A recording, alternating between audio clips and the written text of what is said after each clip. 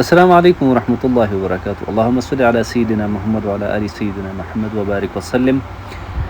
الحمدلله مونږ د ذوالحجې میاشت مونږ په نصیب باندې دی. په دې میاشت کې د یو د پر برکت ورځ څخه یې د عرفې ورځ هم دی. په دې ورځ باندې الله پاک ډېر زیات خپل بندگان بخي او ډېر خلک د جهنم د اور څخه راوباسي او هغوی ته بخښنه کوي.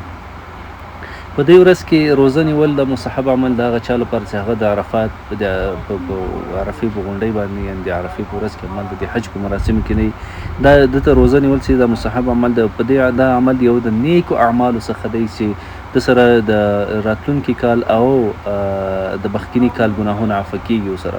نو کوم ملګري چې صحت ښي صحت کامل یې هغوی د روزه ونیسي دغه غټ او عظیم ثواب څخه د برخمن سي. او کوم ملګري چې هغوی ضعیفه دي روزه نسي نیولی نو هغوی ته بهتره دا ده چې په دې ورځ باندې نیک اعمالو کې او نیک کارونو کې او روزهداران ته دي څوک چې روزه لري هغوی ته روزه مات تیار کړي او په دې ثواب کې ځان برخمن کړي. په بل ځای کې راځي چې دغه روزه نیولو سره د 2 کالو راتلونکي ګناهونه معاف کېږي. دا ډېره عظیمه ورځ ده او دې نه ځان مستفید کړي. جزاک الله خیرا.